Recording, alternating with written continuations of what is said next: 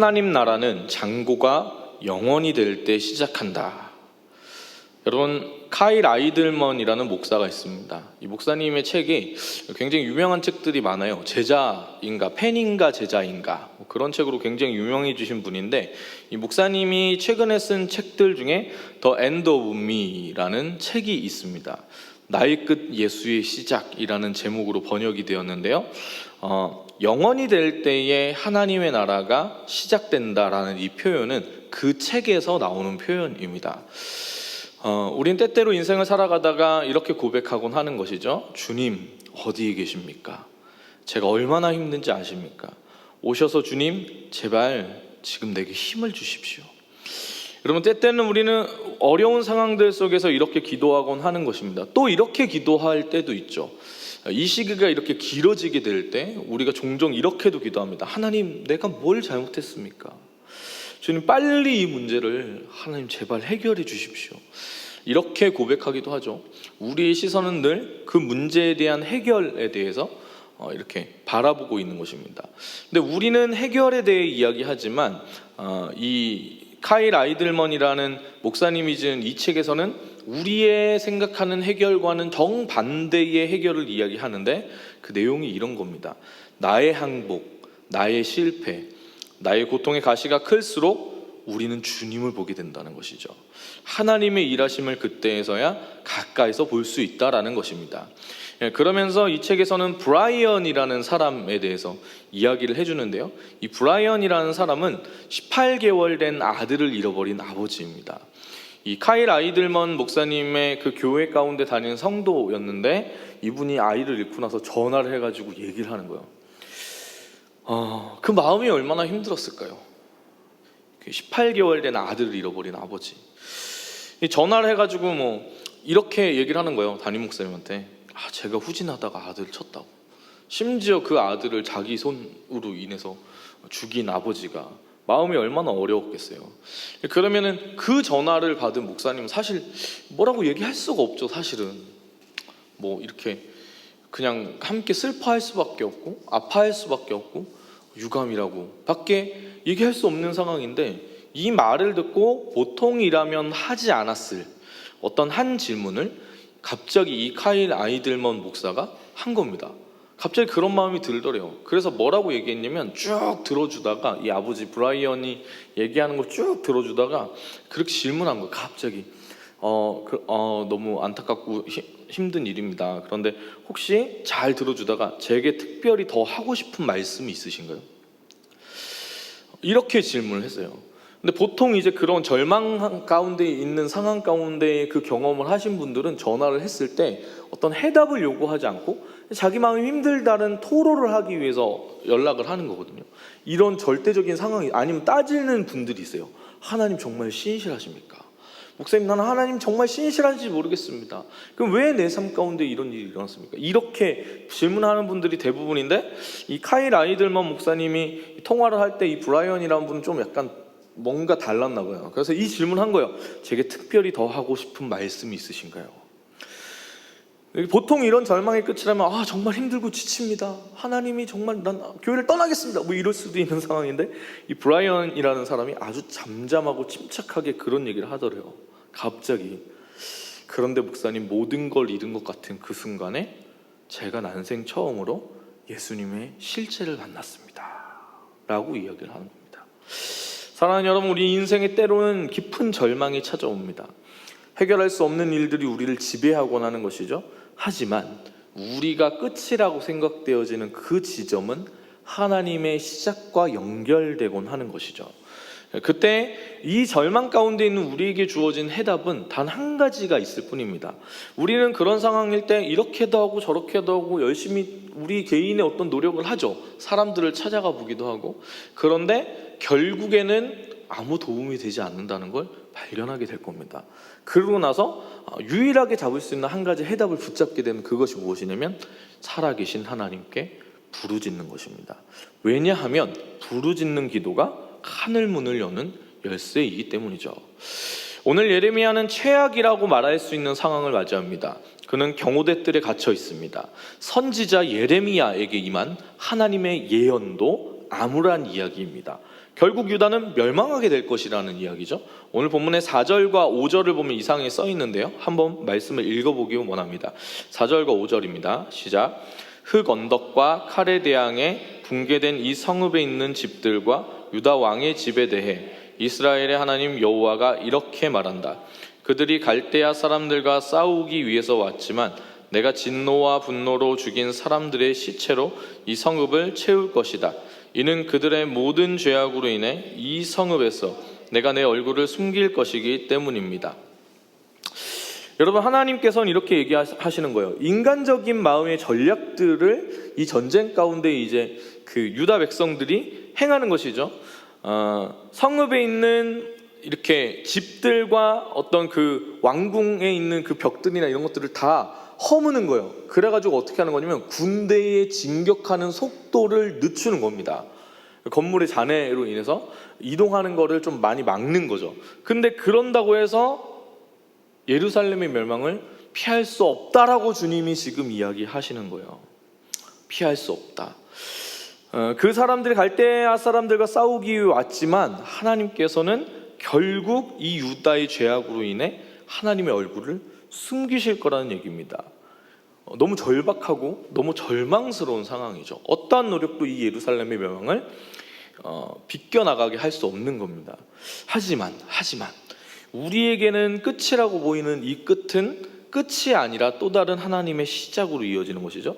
바로 하나님의 회복이 모든 것이 끝나버린 것 같은 이 상황 가운데 선포되어지는 것입니다. 6절은 그래서 이렇게 이야기합니다. 그러나 보라, 내가 이 성읍에 건강과 치유를 가져올 것이다.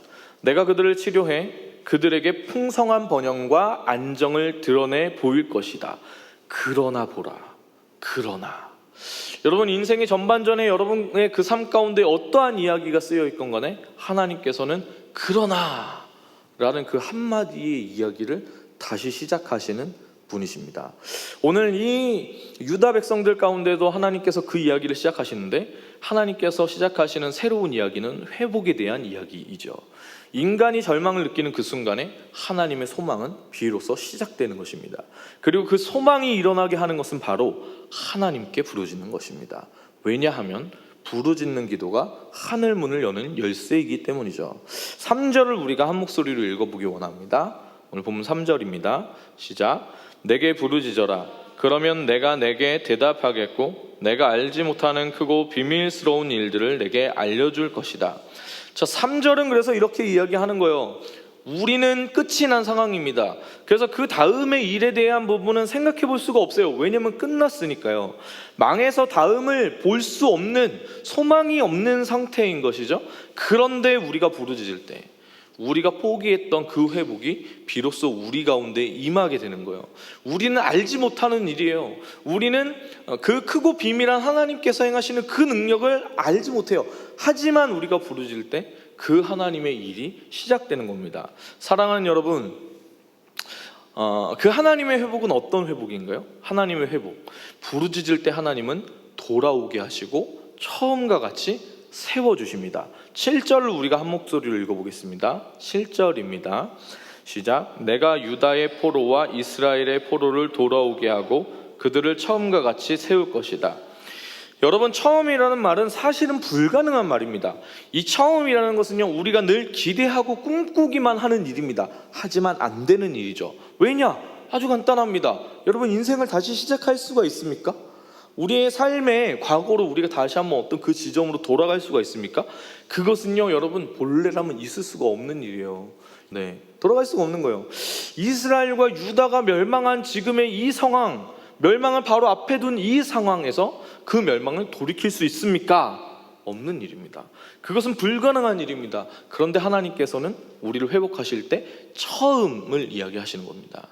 근데 하나님께서 얘기하시는 처음은요, 결국에 그 처음으로 돌아가는 열쇠는 무엇이냐면 하나님과의 관계의 회복입니다.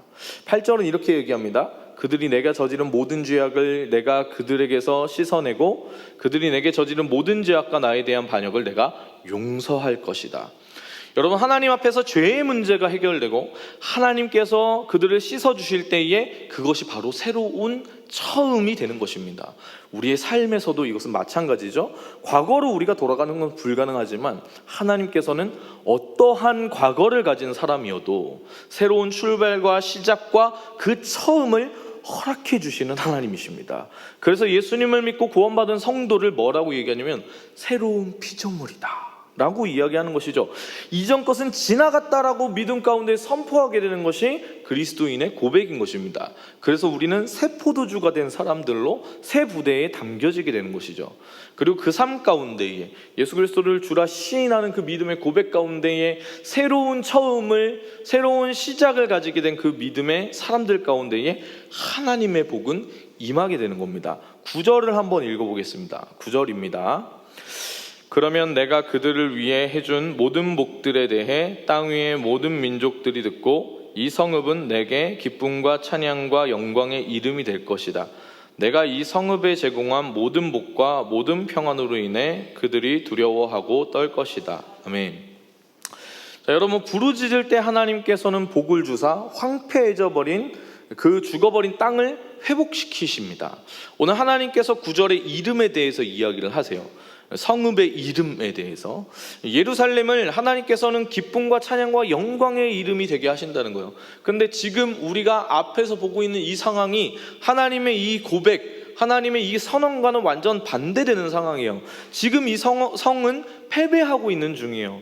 지금 이 성은 고통의 이름을 달게 될 것이에요. 그런데 하나님께서는 그 달게 될 그 이름을 바꾸어 주신다는 거예요. 하나님께서 새로운 일을 행하신다라는 것입니다. 여러분, 이스라엘에게, 그 이스라엘 민족에게 이름이라는 것은 굉장히 큰 의미가 있습니다.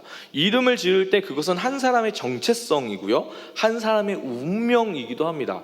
한국 사람들도 그래서 이름을 지을 때 굉장히 중요하게 생각하죠. 네. 그래서 이스라엘 사람들은 우리보다 그게 더 심각한 사람들이어가지고 아이의 이름을 지을 때 우리는 뭐 태명이다 뭐다 막 이런 거 막 짓잖아요. 태명 뭐였어요? 태명 모르시죠? 막 이렇게 저렇게 막 하는데, 근데 이 이스라엘 사람들은 이름을 그냥 짓지 않고 오랫동안 애를 그냥 관찰해요. 관찰한 다음에 이름을 지어요. 근데 여기서 역대상 4장 10절에 어떤 사람이 나오냐면 야베스라는 사람이 나오거든요. 야베스라는 사람. 이 야베스라는 사람의 이름의 뜻은 무엇이냐면 고통이라는 뜻이에요. 고통. 오랫동안 관찰하고 아이의 이름을 짓는데 이 아이의 이름은 운명이 되고 정체성이 되는데 아이의 이름이 고통이래요. 이 사람의 인생 자체를 얘기하는 거예요. 행복했을까? 아닐 거라고 알 수 있는 거죠. 고통에 가득한 삶을 살았겠죠. 왜 이렇게 엄마가 지었을까? 왜 부모가 이 사람의 그 이름을 이렇게 지었을까 생각할 때 학자들은 여러 가지 이야기를 해요. 정확한 거는 사실은 알 수 없는데 이렇게 얘기해요.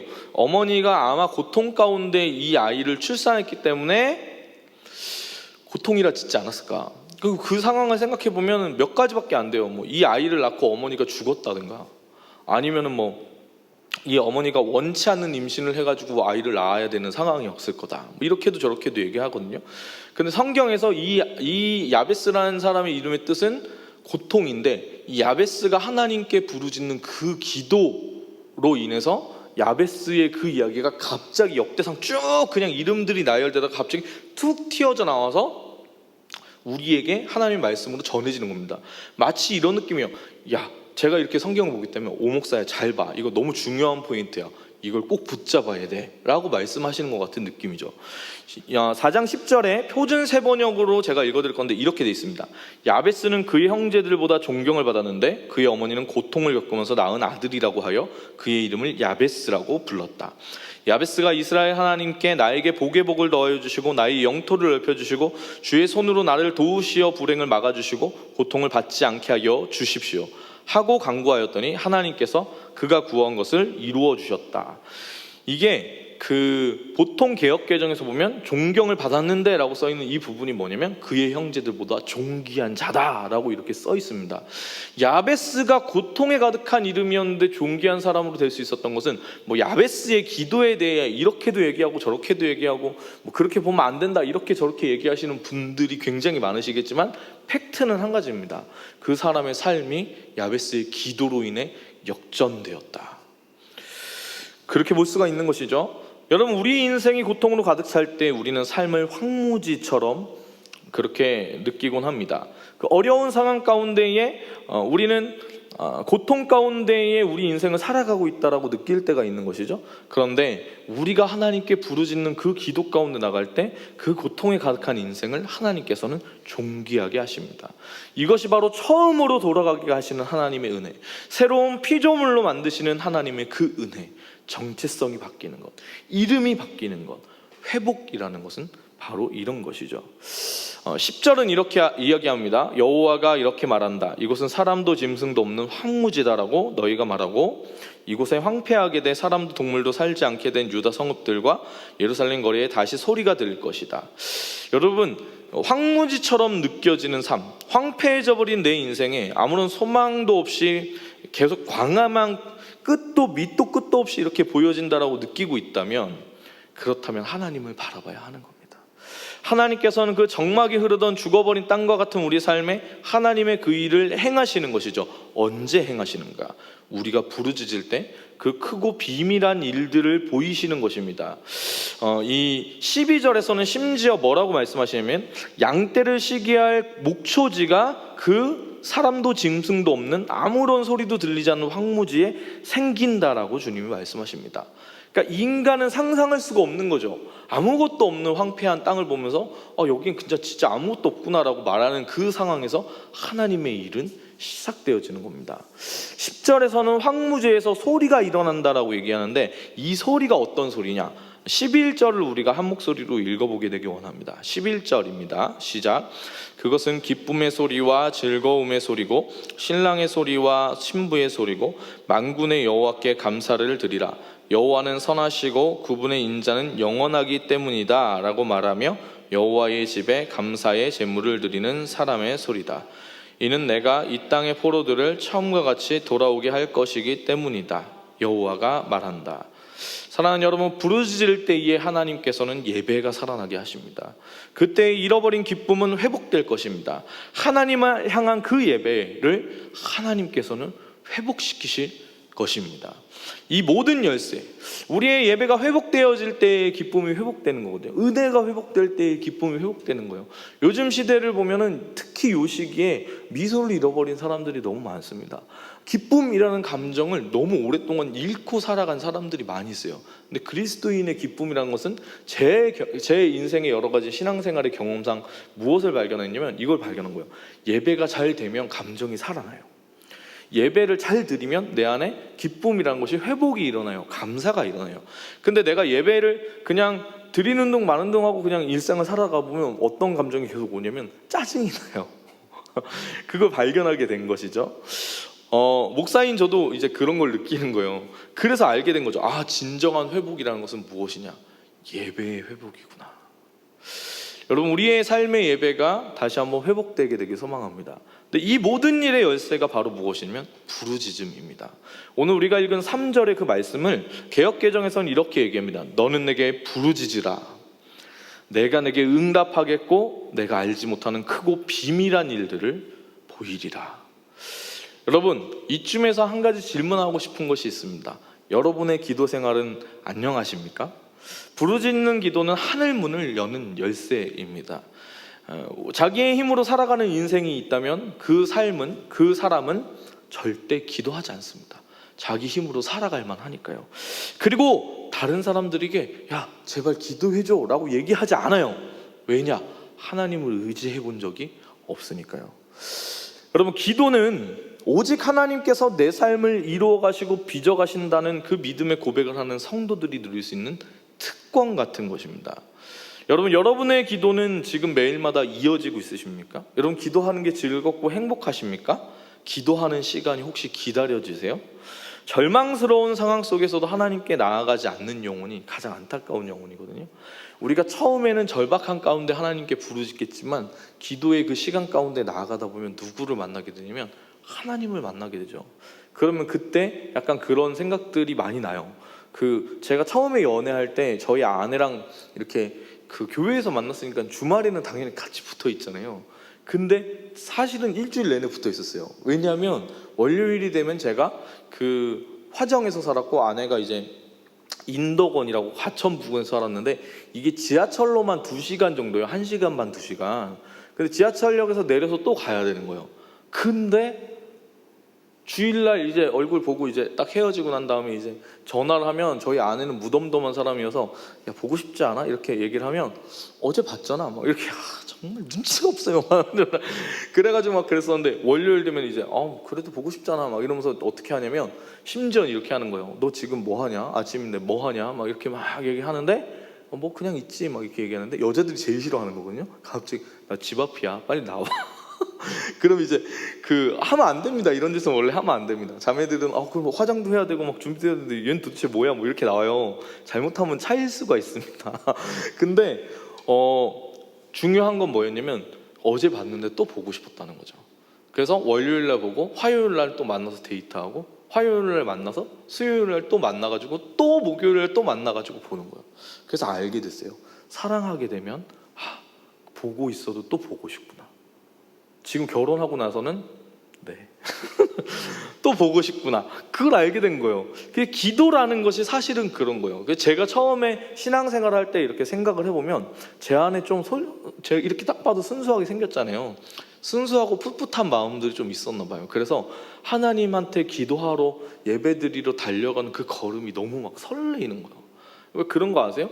집에 골방에서 혼자 기도하는데 자꾸 빨리 저녁이 지나서 밤이 돼가지고 집에 혼자 들어가는 기다리는 거예요. 집에 거기 그냥 혼자 쉬러 가는 게 아니라 거기 하나님이 계시니까 거기 계신 하나님 만나고 싶어가지고 제 안에 그 마음이 있었거든요. 근데 지금 딱 와서 보면 그 마음이 있는지 잘 모르겠어요. 여러분은 있으세요?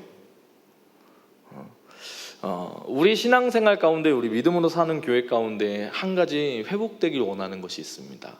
하나님 우리의 기도가 하나님을 설레어하고 하나님을 소중히 여기는 그 마음들이 회복되게 하여 주시옵소서. 또한 하나님 우리 안에 하나님께 부르짖는 그 하늘 문을 여는 기도가 회복되게 하여 주시옵소서. 오늘 여러분 그 기도가 회복되어지는 복된 한 날 살아가는 저와 여러분이었으면 좋겠습니다.